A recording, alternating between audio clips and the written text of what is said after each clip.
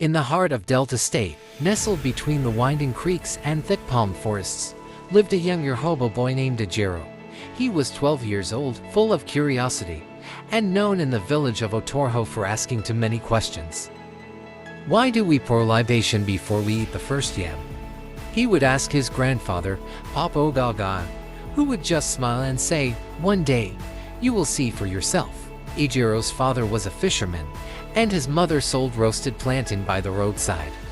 They lived a simple life, but Ejiro dreamed of more. He wanted to understand the spirits the elders spoke of in hushed tones, the ones they said lived in the Ejiro, the sacred forest near the edge of the village.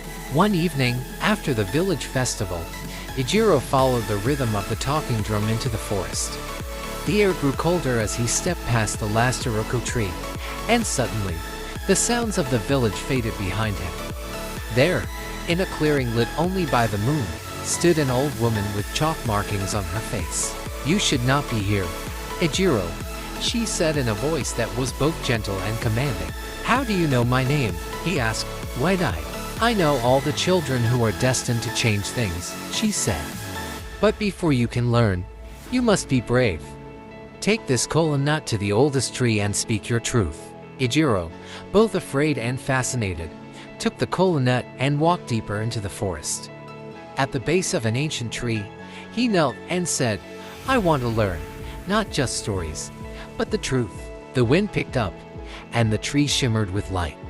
From its bark emerged a glowing spirit, tall and wise.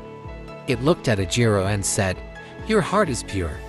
You will carry the old ways into a new world." From that night on, Ejiro could hear the whispers of the forest, the songs of the ancestors.